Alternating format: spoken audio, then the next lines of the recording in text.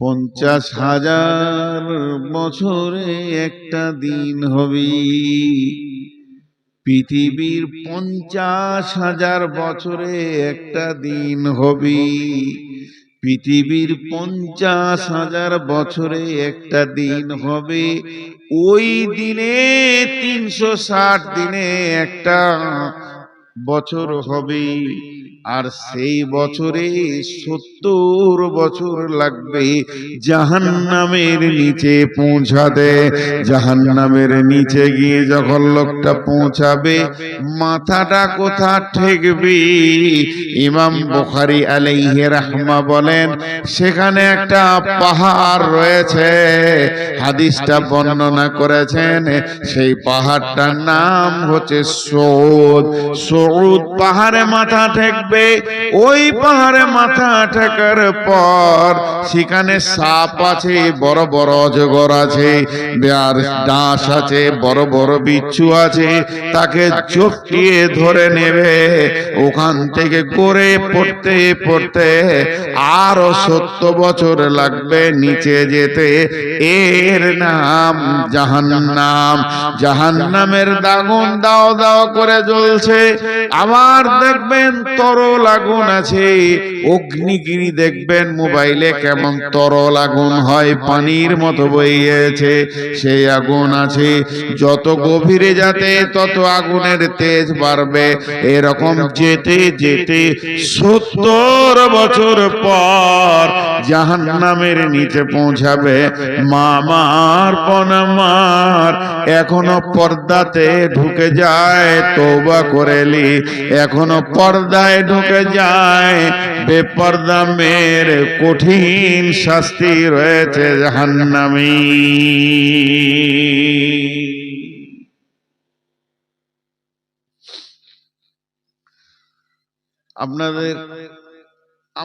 আপনাদের উত্তরবঙ্গ থেকে আমাদের দক্ষিণবঙ্গে পর্দা খানিকটা আছে, আমি বলবো না যে খুব বেশি আছে। বদরুদ্দোজা নাদবি গিয়েছিলেন আমার গ্রামে জলসা করতে। অন্তত সামনে আপনাদের নারী পুরুষ মিলে যতগুলো রয়েছিল এতগুলো পুরুষ ছিল, একটাও মেয়ে দেখা যাচ্ছে না। আমাকে জলসার শেষে উনি বলেছিলেন, আপনাদের এখানে মেয়ে নেই নাকি? আছে, পর্দা থেকে শুনে সামনে আসে না। এখানে কোনো পর্দা নাই। বাড়িতে ডেকে নিয়ে চলছে আলেম ওলামাকে, বহু বিটি সব আছে। লজ্জা শরম পর্দা, পর্দাটাকে কিছুই মনে করছে না। দারমি শরীফের হাদিস, আমি এই হাদিসটার ব্যাপারে আগে বরাতটা ক্লিয়ার করে দিই। বুখারী, মুসলিম, আবু তিরমিজি, নাসাঈ, ইবনে মাজাহ কোথাও পাইনি, আমি পাইনি। আপনাদের এখানে এই যে 21 মাইল আছে গাজল পার হয়ে, ওইদিকে একটা মাদ্রাসা আছে, ওইদিকে পার হয়ে গিয়ে গ্রামটার নাম ইয়াদ আসছে না, একটা জালসায় গিয়েছিলাম। তো জোহরের পর ভাত খেয়ে শুয়ে আছি, মাথার কাছে একটা বাংলা বই পেলাম। তো দেখছি জাহান্নামের কথা লেখা রয়েছে, পড়লাম। এই যে ঘটনাটা বলবো এটাই লেখা ছিল।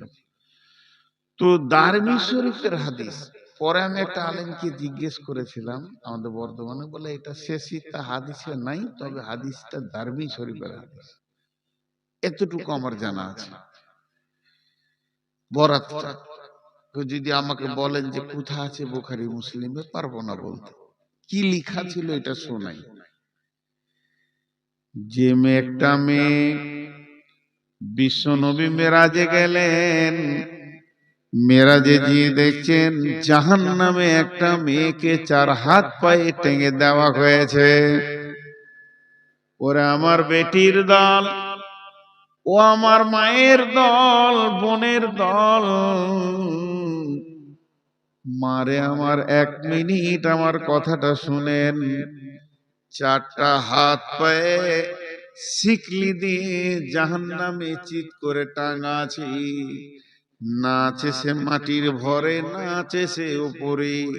আর মেয়েটা ওই শিকলিতে এই রকম করে করে করে করে করে করে পাঞ্জা লড়ছে।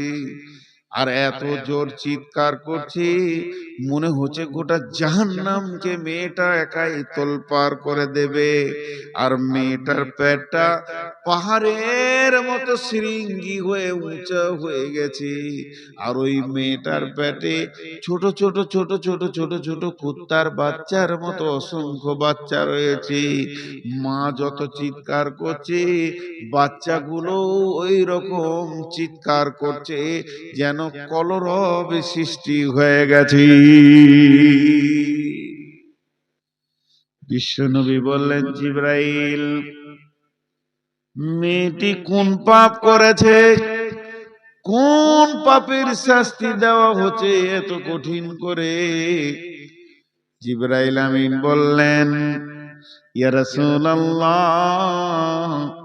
মেয়েটি বড় নামাজি ছিল, মেয়েটা স্বামীর কথা শুনেছে, মেয়েটা তেলাওয়াত করেছে, জিকির করেছে, মেয়েটা রোজা রেখেছে, পৃথিবীর বুকে যত আমল আছে সব আমল করেছে, ফরজ তো দূরের কথা, নফল রোজা রেখেছে, দান খয়রাত করেছে, তেলাওয়াত করেছে, কালাম পাককে কতবার যে শেষ করেছে কোনো ঠিক নাই। এই মেয়েটার মতো নেককার মেয়ে এলাকাতে ছিল না। মেয়েটা শুধু একটা পাপের কারণে জাহান্নামে এসে গেছে, ওটাই হচ্ছে বেপরদা। পর্দা করেনি, এর জন্যে স্বাধীন বিচরণে ঘুরেছিল, নিজের মন মতো ঘুরেছে, তার জন্য ওকে সিকলিতে বেঁধে দেওয়া হয়েছে। আর ওর পেটে কতগুলো বাচ্চা আছে শুনেলেন? পৃথিবীর যত পুরুষ ওর দিকে নজর দিয়েছে, প্রত্যেকটা পুরুষের তরফ থেকে একটা বাচ্চা না, এটা ভুল, বরং প্রত্যেকটা নজরে একটা পুরুষ যদি 10 বার দেখেছে তো 10টা ওর পেটে বাচ্চা। তার মানে যতগুলো পুরুষ ওকে দেখেছে অতগুলি বাচ্চাকে লোড করে এসেছে। এই বাচ্চাগুলো প্রসব হচ্ছে না, একদিকে আগুনের যন্ত্রণা আর একদিকে প্রসব যন্ত্রণা, পৃথিবী থেকে 70 গুণ বেশি প্রসব যন্ত্রণা। লা ইয়ামুতু ফিহা ওয়ালা ইয়াহইয়া, ওখানে মত হবে না, বেঁচেও থাকবে না। এই চিৎকার যখন চলবে ওটা জাহান্নামকে বিরক্ত করে দেবে। তখন অন্য জাহান্নামীরা বলবে, চল চল চল, মেয়েটাকে প্রসব করিয়ে দিই বাচ্চাগুলো। যদি বাচ্চাগুলো ডেলিভারি হয়ে যায়, অন্তত মেয়েটা চিৎকার বন্ধ করবে, সুস্থ অবস্থায় থাকবে। তারা কি ডাক্তারের মতো করবে? তারা কি দায় মায়ের মতো করবে? তারা কিভাবে করবে?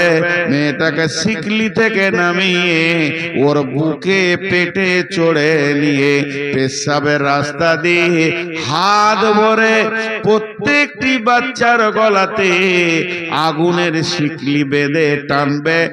একটা বাচ্চাকে জাহান্নামের ভিতরে প্রসব দিতে সময় লেগে যাবে 80 বছর, 70 বছর, 80 বছর করে লাগবে।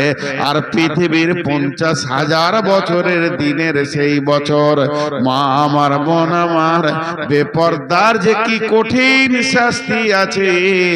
আওয়ারা রাস্তায় ঘুরছি, কত লোক যে নজর দিল, কতজন যে আমাকে দেখলো, তার মনের ভিতরে কামনা উঠলো, বাসনা উঠলো, এই গুনার কারণে জাহান্নামে চলবি।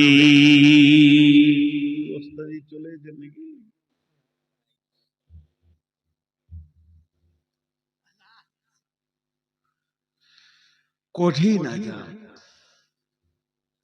আজকে রাতে সম্বলপুরের মাটিতে আমি গল্প বলতে আসিনি, আপনাদেরকে আনন্দ দিতে আসিনি, আল্লাহ মাফ করুক। আমি বলতে ভুলে গেছি, আমার বুদ্ধি ইলম কমের কারণে বুঝাতে পারছি না, কিন্তু কথা সত্য। জাহান্নাম আছে, কথা সত্য। জাহান্নাম আছে। وجيء يومئذ বিজাহান্নামা ইয়াউমাইদিন ইয়াতাযাক্কারুল ইনসানু ওয়া আন্না লাহু যিকরা।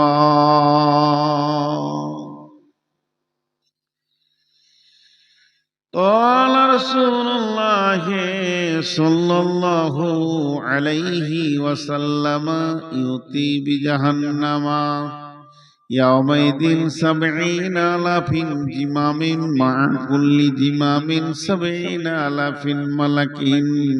কিয়ামতের মাঠে যখন জাহান্নামকে আনা হবে, জাহান্নামের মুখে 70,000 লাগাম থাকবে। একটা জাহান্নামের মুখে 70,000 লাগাম থাকবে, আর একটা লাগামে 70,000 করে ফেরেশতা ধরে থাকবে। আর ওই জাহান্নাম যখন রেগে যাবে, ইজা উলকু ফিহা সামিউ লাহা সাহিকা ওয়াহিয়া তাফুর তাকাদু তামাইযু মিনাল গায়জি। জাহান্নাম রাগে যখন চিৎকার করবে, সব ফেরেশতাদেরকে টেনে জড়ো করে দেবে, আবার ফেরেশতারা টান মেরে সাইজ করবে। জাহান্নামের পা আছে, জাহান্নাম পা পা করে হেঁটে আসবে। জাহান্নামের মুখ আছে, জাহান্নাম ম্যাগের মতো গর্জন ছেড়ে আল্লাহকে বলবে, রব্বি, হে আমার রব, আইনাল মুতাকাব্বির আইনাল মুতাজাব্বির। कोई से तकब्बुर करने वाला, कोई से रिया करने वाला, कोई से बेनमाजी, कोई सुदारू, कोई जुआरी, कोई मतल, कोई लुच्चा, कोई बेश्या, कोई रंडी, कोई बेनमाजी, कोई बेरोजादार, कोई তাদেরকে আমার কাছে দাও। যাকাত দেয়নি সেই লোকটা কয়, লাফাঙ্গাররা কয়, তাওয়াক্কা করে নাই হাদিস কোরআন সে কয়, যত বলা হয়েছে গাধারা দিয়েছে সে কয়, একটা একটা করে আমার ভিতরে পাঠিয়ে দাও। আমি আজকে তাদেরকে উচিত শিক্ষা নিষ্পেষণ দিয়ে শিখিয়ে দেব। জাহান্নাম যখন আসবে, কালাম পাক বলছে, ওজি ইয়াউমাইদিন বিজাহান্নামা ইয়াউমাইদিন ইয়াতাযাক্কারুল ইনসানু ওয়া আন্না লাহু যিকরা। জাহান্নাম যখন আসবে, হাসরবাসীরা দেখতে পাবে জাহান্নামকে টেনে আনা হচ্ছে। জাকিরান লি, আমি দেখলাম তোমার মতো জিকির করনেওয়ালা, তোমার মতো তসবিহ পাঠকারী, তোমার মতো সুবহানাল্লাহ পাঠকারী আমার এই দুনিয়াতে কোনো একটা বান্দাকে পেলাম না, কোনো একটা বান্দিকেও পেলাম না। যতবার তুমি জিকির করো আর যতবার তুমি তাসবিহ পাঠ করো, তোমার তসবির সমান কাউরি তসবিহ হবে না। এই জন্য আমি মনে মনে করেছি যে আমি তোমার সম্মান উঁচু করে দেব। কতটা উঁচু করব? আল্লাহ রাব্বুল আলামিন বলছেন, আমার নবী ইদ্রিসকে আসমানে উঠিয়ে নেওয়া হলো। তো কোন আসমানে? তো লেখা আছে সহিহ হাদিসের ভেতরে, তাকে 1 নম্বর, 2 নম্বর, 3 নম্বর, 4 নম্বর আসমানে উঠিয়ে নেওয়া হলো। 4 নম্বর আসমানে আল্লাহ রাব্বুল আলামিন তাকে একটা মর্যাদার জায়গা দান করলেন, সেখানেই হলো তার স্থান। আজ পর্যন্ত এবং কিয়ামতের দিন পর্যন্ত হযরত ইদ্রিস আলাইহিস সালাতু ওয়াস সালাম 4 নম্বর আসমানে আসন পেতে বসে থাকবেন এবং বসে আছেন। আল্লাহ কত বড় ইজ্জত দান করেছেন, কিসের বদৌলতে? তো তিনি বেশি বেশি করে বলতেন সুবহানাল্লাহ, বেশি বেশি করে পাঠ করতেন সুবহানাল্লাহ। তাহলে জিকিরের কত দাম আছে। যদি দাম পেতে চান তাহলে একটা জিকির বলছি, খুবই ছোট। কি জিকিরটা? সুবহানাল্লাহি ওয়া বিহামদিহি। জিকিরটা কি খুব বড়? সুবহানাল্লাহি ওয়া বিহামদিহি। যদি এই জিকিরটা আপনি করেন, তো হাদিসে কি লেখা আছে? গোরেসাত লাহু নাখলাতুন ফিল জান্নাতে। একটা মানুষ যদি একবার বলে সুবহানাল্লাহি ওয়া বিহামদিহি, তো এই তাসবিহটা আল্লাহকে কত পিয়ারা, আল্লাহকে কত পছন্দনীয়। রব্বুল আলামিন বলছেন, তোমার ওই তাসবিহর বিনিময়ে আল্লাহ রাব্বুল আলামিন জান্নাতের ভেতরে, যেইটা তোমার এলাকা, যেইটা তোমার জান্নাত, তোমার জান্নাতের সামনে একটা তসবির বিনিময়ে একটা জান্নাতে খেজুরের গাছ লাগিয়ে দেবেন। একটা খেজুরের চারা লেগে গেল, একটা লাগলো। আপনি যদি দিনে 20 বার বলেন 20টা লাগলো। আপনি যদি দিনে 300 বার বলেন 300টা খেজুরের চারা লাগলো। এবং এই চারাগুলো একদিন বড় হয়ে আপনার বাগানে যেমন সুন্দর শোভা পায়, সেদিন আপনি যেদিন ঢুকবেন জান্নাতে, আপনি দেখবেন সুন্দর সুন্দর খেজুরের গাছ লাগানো আছে। কার দৌলতে? একমাত্র একটি জিকির, সুবহানাল্লাহি ওয়া বিহামদিহি, এটা বলেছি তার বদৌলতে। আপনি তখন আমাকে বলবেন, মৌলভী সাহেব, যে কথা তুমি বললে, আজ থেকে যদি আমল করি আর 5 বছর যদি বাঁচি, তাহলে এত খেজুরের গাছ হবে যে জান্নাতে আর জায়গা মিলবে না লাগাবে। আপনি বলবেন না? বলবেন না? জান্নাতে আর জায়গাই পাওয়া যাবে না যে গাছ কোথায় লাগাবো। তো আরেকগুলো লোক বলবে কি, আমি কেন গাছে লাগাবো?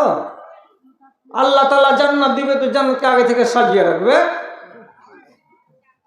দুটারই জবাব হলো এই, আল্লাহ তো আপনার জন্য জান্নাতকে সাজিয়ে রেখেছেনই, কিন্তু আপনার নিজের কোনো শখ আছে কিনা যে এই মাঠটাতে যদি এইগুলো গাছ লাগাতাম এইভাবে আর এইভাবে, তো কত ভালো লাগতো।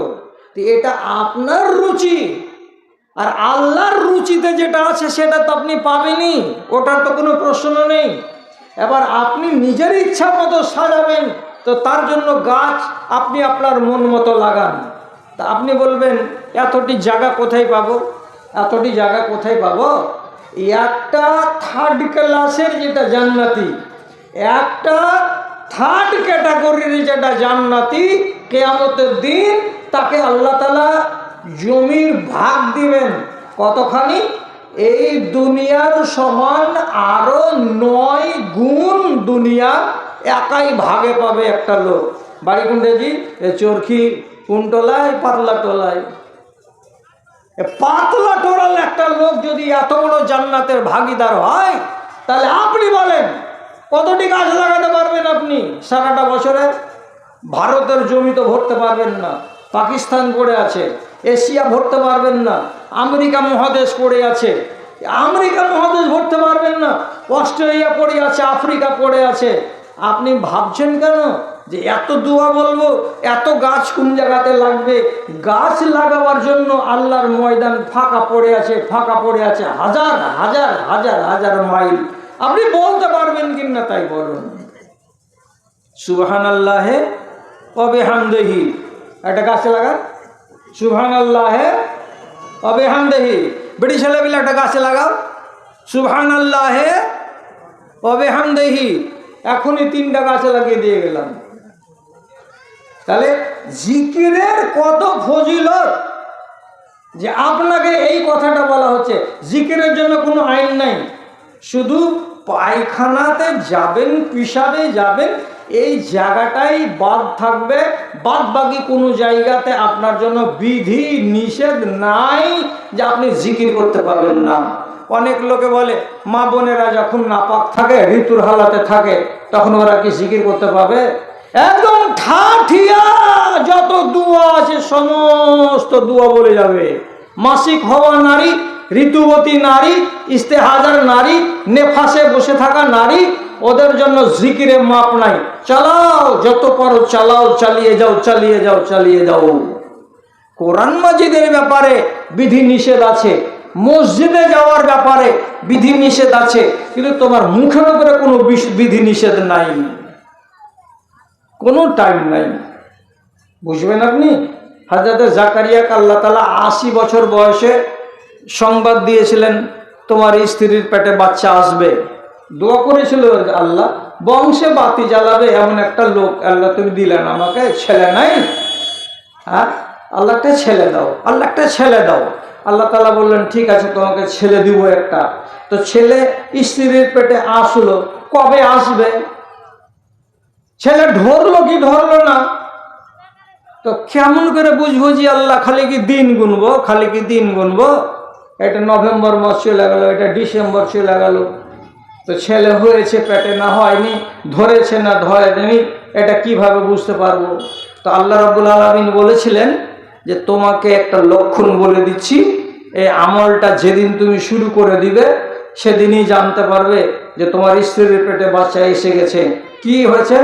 আল্লাহ তুকাল্লিবান নাসা সালাসাতা আইয়ামিন, তোমার তুমি পর পর 3 দিন মানুষের সামনে মানুষের সাথে কথা বলবে না, কিংবা কথা বলতে পারবে না, ইল্লা রামজা, ইশারাতে চলবে, মুখটা তোমার বন্ধ থাকবে।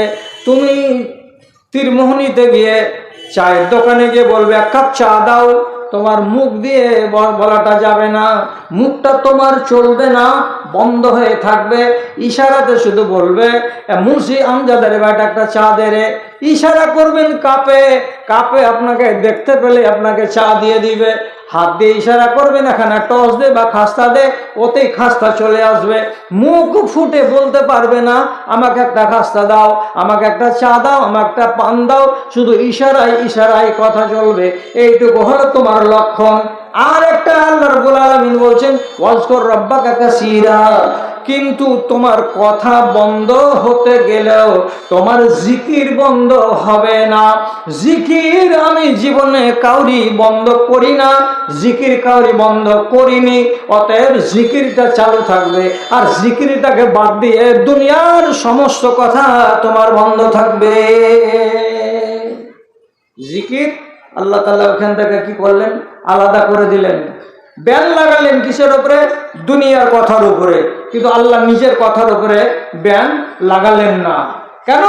আল্লাহর জিকিরের জন্য কোনো টাইম টেবিল, সময়সূচি, দিন রাত কিছু তারতম্য নেই।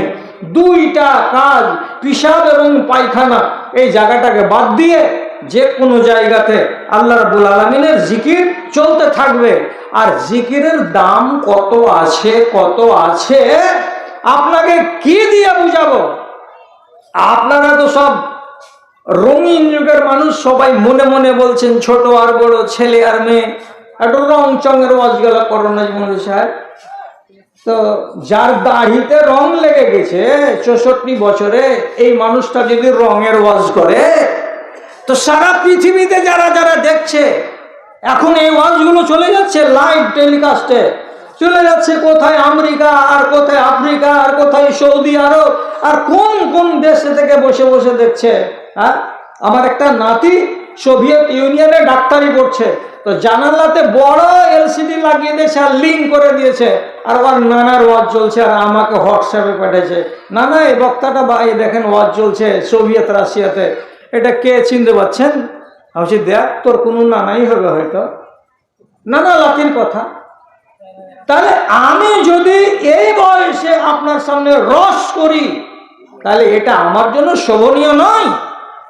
আমাদের সবারই ইমান ড্যামেজ, আমাদের ইমান সবারই দুর্বল। ইমান দুর্বল হোক এমন কথা আমি বলবো না, ইমান সবার হোক। আমি এমনই একটা কথা আর এমনই 2টা কথা আপনার সামনে বলবো, বলে এই কথাগুলো আমি বলে যাচ্ছি। ভাই, জিকিরের কত দাম আছে জানেন? নবী ইউনুস মাছের পেটে চলে গেলেন, তো যখন গেলেন তো নিজের ভুলে গেলেন। এটা আল্লাহ রাব্বুল আলামিন তাকে সাজা দেননি, তিনি গেছেন কিন্তু নিজের ভুলে। এবার ভুলে যখন মাছের পেটে চলে গেলেন, তখন তিনি একটা ভুল করে বসলেন। কি ভুল করলেন? কোরআনে লেখা আছে পরিষ্কার করে, ওয়াজান্না আল্লান নাকদির আলাইহি, যখন তিনি মাছের পেটে চলে গেলেন আর এবং মাছ তাকে পেটে ভরে নিয়ে যখন নদীর তলায় চলে গেল, তখন তিনি বললেন আল্লাহ আমি 3 অন্ধকারে পড়ে এলাম। একটা হলো রাতের অন্ধকার, আর এক হলো পানির অন্ধকার, আর এক হলো মাছের পেটের অন্ধকার।